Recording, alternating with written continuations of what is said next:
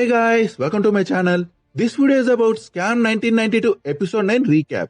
So ఎవరైనా episode 9 చూడని వాళ్ళు ఉంటే స్పాయిలర్ అలర్ట్. నేను చేసిన previous recap and explanation video links description box లో యాడ్ చేశా. You can watch it there. నా వీడియోస్ మీకు నచ్చినట్టయితే లైక్ చేయండి and please subscribe to my channel if you are not subscribed yet. And let's start the video. Harshad తనకి ఏమైనా జరిగితే ఈ స్కామ్ వెనుక అండ్ తన చుట్టూ జరుగుతున్న సిచ్యువేషన్స్ వెనుక ఎవరు ఉన్నారో తెలియాలని ఒక వీడియో టేప్ చేస్తాడు. అందులో హర్షద్ ఈ దేశంలో పెద్ద పెద్ద వాళ్ళు మాత్రమే దందా చేయగలరు, ఎందుకంటే ఈ దందా చేసే దారిలో పెద్ద పెద్ద హోల్స్ ఉన్నాయి. సో బిజినెస్ మ్యాన్స్ గట ఆ హోల్స్ లో జారిపోయి పడిపోవచ్చు. ఇలాంటి దారిలో ఏదైనా బిజినెస్ ని హార్డ్ వర్క్ యా హానెస్టీతో నడిపించలేము. బట్ ఢిల్లీ పార్లమెంట్ నుంచి వెళ్లే ఒక షార్ట్ కట్ వే ఉంది. అక్కడ కనెక్షన్స్ ఉంటే పని జరిగిపోద్ది. బట్ ఇంపార్టెంట్ ఏంటి అంటే అక్కడ కనెక్షన్ ఎవరితో ఉంది అండ్ ఎంత హై రేంజ్ కనెక్షన్ ఉంది అని. ఎంత హై రేంజ్ కనెక్షన్ ఉంటే మీ బిజినెస్ అంత హై రేంజ్ కి వెళ్తుంది. నాకు కూడా ఢిల్లీలో కనెక్షన్స్ ఉన్నాయి. ఢిల్లీతో నా కనెక్షన్ చాలా పాతది అండ్ పెద్దది. 91 ఎలక్షన్స్ లో పార్టీకి మేము చాలా మనీ ఇచ్చాం. ఈ మ్యాటర్ పార్టీ కార్యకర్త నుంచి పిఎం వరకు అందరికీ తెలుసు. అందుకే బై ఎలక్షన్స్ డేట్ అనౌన్స్ చేయగానే బీప్ సార్ నన్ను పిలిపించారు. నేను అతని దగ్గరకు కూడా వెళ్ళాను. జాయింట్ సెక్రటరీ నుంచి పిఎం వరకు నా మీటింగ్స్ ని ఇంద్రజిత్ శర్మ అనే అతను ఫిక్స్ చేశాడు. 4th నవంబర్ 1991 నేను పిఎం ని కలిసిన రోజు. నేను అనుకునేవాడిని పిఎం నన్ను ఎందుకు కలవాలి అనుకుంటున్నారు, నాతో ఏం మాట్లాడతారు అని. బట్ అతని దగ్గర నా హిస్టరీ మొత్తం ఉంది. నేను అతన్ని కలవగానే అతను నాతో, హర్షద్ మా పార్టీ మీలాంటి వాళ్ళని ఎప్పుడు మా ఫ్రెండ్స్ లానే చూసింది అండ్ మనం కలిసి ఇంకా పెద్ద పెద్ద పనులు చెయ్యొచ్చు అని అన్నారు. బట్ ఇప్పుడు పోలీస్, సిబిఐ ఇలా గవర్నమెంట్ లో ఉండే చిన్న చిన్న ఏజెన్సీస్ కూడా నా వెనుకే పడుతున్నాయి. నేనేదో స్కామ్ చేశాని కాదు. మెయిన్ రీజన్ ఏంటి అంటే నాకు ఈ దేశ ప్రధానమంత్రి గురించి అండ్ ఆ పార్టీ గురించి చాలా నిజాలు తెలుసు అని. బాబ్రీ మస్జిద్ ఇష్యూ వల్ల కంటే ఈ సిబిఐ వాళ్ళ వల్లే నా ఫ్యామిలీ ఎక్కువ భయపడుతున్నారు. ఈ సిబిఐ నన్ను నా ఫ్యామిలీని ఏమైనా చెయ్యొచ్చు అని అంటాడు. సిబిఐ వాళ్ళు భూషణ్ ని ఇంట్రాగేట్ చేస్తుంటారు. హర్షద్ చేసిన స్కామ్ గురించి అడుగుతుంటారు. బట్ భూషణ్ ఏం చెప్పడు. సిబిఐ వాళ్ళు భూషణ్ ని టార్చర్ చేయడంతో భూషణ్ మాధవన్తో ఢిల్లీ హర్షద్ పాకెట్ లో ఉంది, ఒక్కసారి జైలు నుంచి బయటకు వస్తే మీ సంగతి చూసుకుంటాడు అని అంటాడు. అప్పుడు మాధవన్, హర్షద్ పెద్ద పుడింగి మరి ఢిల్లీని జేబులో పెట్టుకుని తిరగడానికి, ఆడి ఢిల్లీ సపోర్టర్స్ ని కూడా లోపలేసి పడదొబ్బుతా అని అంటాడు. అప్పుడు భూషణ్, పిఎం ని కూడా లోపలేసేస్తావా అని అంటాడు. అప్పుడు మాధవన్ దాస్ ని కలిసి, సార్ మనం ముందు నుంచే అనుకుంటున్నాం హర్షద్ వెనుక ఎవరో పెద్ద పొలిటికల్ మెంబర్ ఉండే ఉంటాడు అని. ఇప్పుడు అది పిఎం అని తెలిసింది. సో పిఎం కి అగేన్స్ట్ గా ప్రైమరీ ఇన్వెస్టిగేషన్ స్టార్ట్ చేయాలని చెప్తాడు. బట్ దాస్, ఎవడో హర్షద్ టీం మెంబర్ ఒకడు హర్షద్ కి పిఎం తో కనెక్షన్ ఉంది అంటే నువ్వు పిఎం పైన ఇన్వెస్టిగేషన్ స్టార్ట్ చేసేస్తావా అని చెప్పి దానికి ఒప్పుకోడు. Ashwin and Bhushan custodian matter చెప్పడానికి హర్షద్ ని కలుస్తారు. అప్పుడు హర్షద్, స్వామీజీ నుంచి ఏమైనా రెస్పాన్స్ వచ్చిందా, వాళ్ళకి మనం చాలా తినిపించాం అని అంటాడు. అప్పుడు అశ్విన్, ఇప్పుడు వాళ్ళు నిన్ను మింగేశారుగా, ఎప్పుడు నేను స్వామీజీకి ఫోన్ చేసినా అతని అసిస్టెంట్ లిఫ్ట్ చేసి స్వామీజీ సమాధిలో ఉన్నారు, కాల్ బ్యాక్ చేస్తారు అని చెప్తారు. మరి ఎంత పెద్ద సమాధిలో ఉన్నాడో తెలియదు మరి అని అంటాడు. అప్పుడు హర్షద్, చాలా ఎక్కువయింది, ఆ ఢిల్లీ వాళ్ళకి నేను ఎక్కువ రోజులు సైలెంట్ గా ఉండను అని చెప్పు అని అంటాడు. దాస్ అప్పుడు స్వామీజీని కలిసి భూషణ్ మ్యాటర్ చెప్తాడు. అప్పుడు స్వామీజీ, ఎవడో ఒక క్రిమినల్ చెప్పాడని పిఎం పైన ఎంక్వైరీ చేయడం మీకు కరెక్ట్ అనిపిస్తుందా అని అంటాడు. అప్పుడు దాస్, స్వామీజీ మాధవన్ కి ఏదో ఒకటి చెప్పి ఆపినా సరే ఈ మ్యాటర్ కంప్లీట్ గా దాచి ఉంచలేం అని అంటాడు. అప్పుడు స్వామీజీ, దాస్ ఎప్పుడైనా ఏదైనా క్వశ్చన్ కి చాలా ఆన్సర్స్ ఉంటే అప్పుడు మనిషికి ఆ ఆన్సర్ ఇచ్చేవాడిపైనే డౌట్ వస్తుంది. ఈ స్కామ్ లో ఉండే అన్ని క్వశ్చన్స్ కి ఒకే ఒక్క ఆన్సర్ ఉండాలి, హర్షద్ మెహతా ఇది నువ్వు చెయ్యి, ఇది పబ్లిక్ కి అలానే పార్లమెంట్ కి కూడా నచ్చుతుంది అని అంటాడు. అప్పుడు దాస్, బట్ దీనికి మాధవన్ ఒప్పుకుంటాడో లేదో తెలియదు అని అంటాడు. అప్పుడు దాస్, సిబిఐకి హెడ్ నువ్వా మాధవన్న అని చెప్పి సుచిత పైన కూడా ఒక కన్నేసి ఉంచమని అంటాడు. దాస్ మాధవన్ టీం మెంబర్స్ కొంతమందిని సుచితని ఫాలో అవ్వమని చెప్తాడు.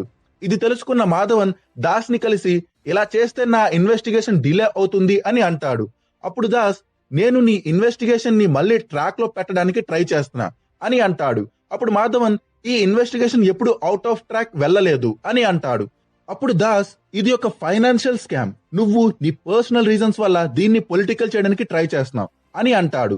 అప్పుడు మాధవన్, ఇది పర్సనల్ ఎలా అయ్యింది అని అడుగుతాడు. అప్పుడు దాస్, నువ్వు బోఫోర్స్ కేసుని హ్యాండిల్ చేసిన విధానంతో పిఎం సాటిస్ఫై అవ్వలేదని నువ్వు ఒక ఇన్నోసెంట్ ప్రైమ్ మినిస్టర్ ని ఈ చెత్తలోకి లాగాలని చూడకు అని చెప్పి నువ్వు హర్షద్ పైన ఫోకస్ చెయ్యు అని అంటాడు. అప్పుడు మాధవన్, ఇంత పెద్ద ఫైనాన్షియల్ స్కామ్ హర్షద్ ఒక్కడే ఏ పొలిటికల్ సపోర్ట్ లేకుండా చెయ్యలేడు అని అంటాడు. అప్పుడు దాస్, ఇప్పటి నుంచి నేను ఈ కేసుకి ఇన్ఛార్జిని అని అంటాడు.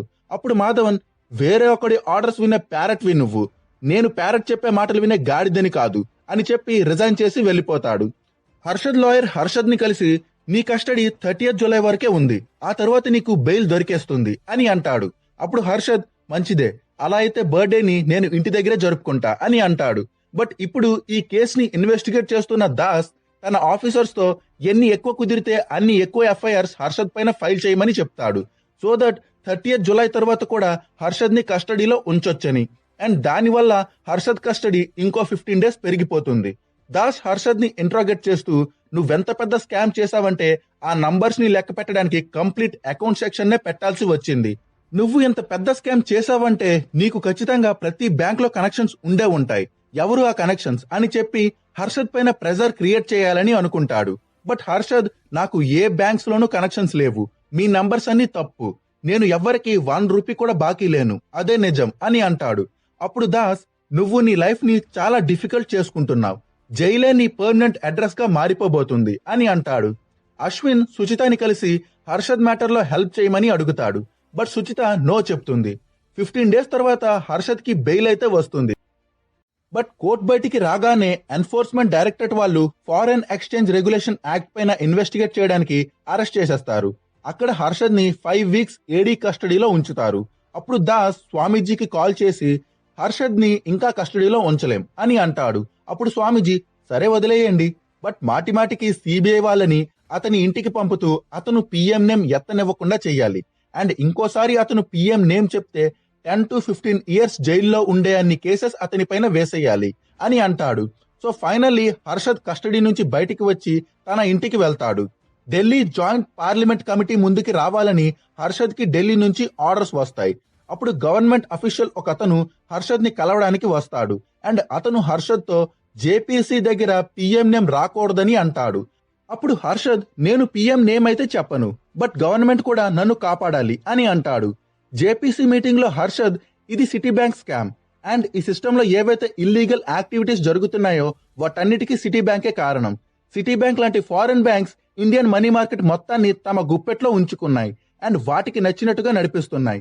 వాళ్ళు సిస్టమ్ లో ఉన్న లూప్ హోల్స్ ని యూజ్ చేసి ఆర్బీఐ గైడ్ లైన్స్ ని వైలేట్ చేసి మార్కెట్ లో డామినెంట్ పొజిషన్ ని మెయింటైన్ చేస్తున్నారు. 80% కంటే ఎక్కువ ట్రాన్సాక్షన్స్ లో వాళ్లే ఇన్వాల్వ్ అయి ఉన్నారు. ఏ అవుట్ సైడర్ ని వాళ్ళు ఇందులోకి ఎంటర్ అవ్వనివ్వరు. అసలు వీటి గురించి ఎవ్వరికీ తెలియదు. సుచిత దళాల్ లాంటి కొంతమంది జర్నలిస్ట్ కి మాత్రమే తెలుసు.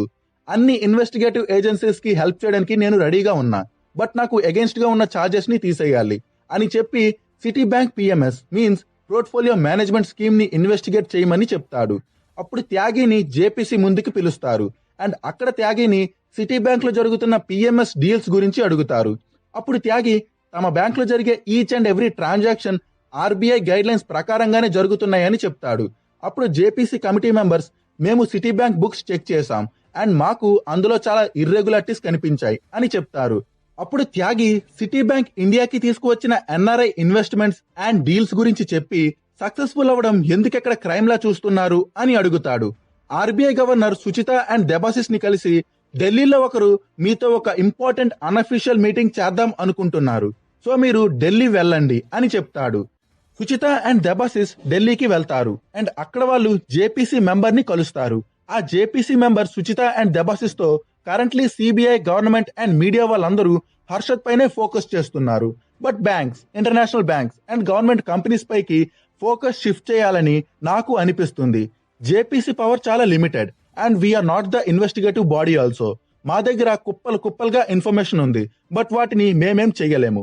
టెక్నికల్లీ మేమిది పబ్లిక్ కి చేర్చలేం, బట్ వీటిని యూజ్ చేసుకొని మీరు ఈ మ్యాటర్ ని మీ రీడర్స్ కి చేర్చగలరు. ఒక్కసారి ఈ మ్యాటర్ బయటికి వస్తే సిబిఐ తమ ఇన్వెస్టిగేషన్ చేయాల్సిందే అని అంటాడు. సుచిత అండ్ దెబాసిస్ అక్కడుండే ఫైల్స్ అన్నిటినీ చదివి టైమ్స్ ఆఫ్ ఇండియాలో ఈ మ్యాటర్ పైన ఒక ఆర్టికల్ ని పబ్లిష్ చేస్తారు.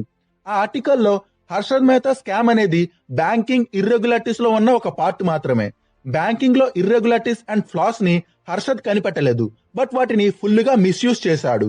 అండ్ సిస్టమ్ ని కంప్లీట్ గా క్లీన్ చేయాలి అంటే హర్షద్ తో పాటు బ్యాంక్స్ ని ఇన్వెస్టిగేట్ చేయాలి, and specially city bank and city bank brokers ని కూడా ఇన్వెస్టిగేట్ చేయాలి అని ఉంటుంది. ఆ తర్వాత ఆర్టికల్లో ఉన్నట్టే banks, city banks and city bank brokers ని ఇన్వెస్టిగేట్ చేస్తారు. అందులో అజయ్ కేడియా కూడా ఉంటాడు.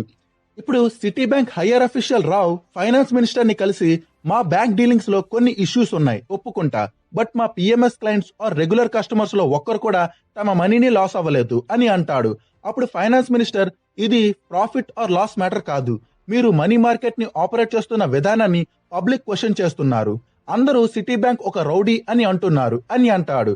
అప్పుడు రావ్, సార్ మాతో కంపీట్ చేయలేని వాళ్ళే మమ్మల్ని రౌడీ అని అంటున్నారు. 1990లో యుఎస్ఏ ఇండియా పైన ట్రేడ్ శాంక్షన్స్ వేసినప్పుడు సిటీ బ్యాంక్ ఇండియాని కంప్లీట్ గా సపోర్ట్ చేసింది, అండ్ నేను మా డీలింగ్స్ లో ఉన్న ఇష్యూస్ పైన యాక్షన్ తీసుకుంటా అని అంటాడు. ఆ తర్వాత మిస్టర్ రావ్ త్యాగిని కలిసి మన ట్రాన్సాక్షన్స్ అన్నిటినీ చెక్ చేస్తున్నారు, అండ్ ఏ టైంలో అయినా ప్రెస్ హియరింగ్ జరగొచ్చు అని చెప్పి త్యాగిని ఈ ఇన్వెస్టిగేషన్ నుంచి దూరంగా ఉంచడానికి అతన్ని ప్రమోట్ చేసి న్యూయార్క్ కి పంపేస్తారు. అప్పుడు అజయ్ కేడియా త్యాగిని కలిసి తన పైన రైట్స్ జరుగుతున్నట్టు అండ్ తన పైన చాలా కేసెస్ ఫైల్ అయినట్టు చెప్తాడు. అప్పుడు త్యాగి, ఈ మ్యాటర్ కొన్ని రోజుల్లో సెట్ అయిపోతుంది, బికాస్ ఈ స్కామ్ సిస్టమ్ లో ఉన్న లూప్ హోల్స్ వల్ల జరిగింది, సో సిస్టమ్ పైన యాక్షన్ తీసుకోలేరు అని అంటాడు. స్వామీజీ, హర్షద్ జేపీసీ ముందు సిటీ బ్యాంక్ నే వదలలేదు, సో టైం వస్తే అతను పిఎం ని కూడా ఇన్వాల్వ్ చేసేస్తాడు అని అనుకుంటాడు. సో హర్షద్ పైన ప్రెజర్ క్రియేట్ చేయడానికి నార్కోటిక్స్ మ్యాటర్ లో హర్షద్ ఇంటి పైన మళ్ళీ రైడ్ చేయిస్తాడు. అప్పుడు హర్షద్ కి సిబిఐ వాళ్ళు మాటి మాటికి తన ఇంటి పైన రైడ్ చేస్తారు అని అర్థమైపోతుంది. అప్పుడు అతను ఎపిసోడ్ స్టార్టింగ్ లో చేసిన వీడియోని రికార్డ్ చేస్తాడు. అప్పుడు హర్షద్ అశ్విన్ తో, స్వామీజీ మనతో ఉన్న అన్ని కనెక్షన్స్ ని ఖతం చేసేశాడు, సో ఇప్పుడు అతన్ని సమాధి నుంచి లేపే టైం వచ్చింది, నా పైన ఉండే శని వల్ల వాళ్ళకి ఎఫెక్ట్ అవుతుందని స్వామీజీ అండ్ గవర్నమెంట్ కి తెలియాలి అని అంటాడు. ఆ నెక్స్ట్ ప్రణవ్ హర్షద్ ని రామ్ జేఠ్మలాని దగ్గరికి తీసుకువెళ్తాడు, అండ్ అప్పటి నుంచి రామ్ జేఠ్మలాని హర్షద్ కి లాయర్ అయిపోతారు. రామ్ జేఠ్మలాని హర్షద్ తో, నువ్వు పిఎం కి 1 crore ఇచ్చినట్టు ఎవరికైనా చెప్పావా అని అడుగుతాడు.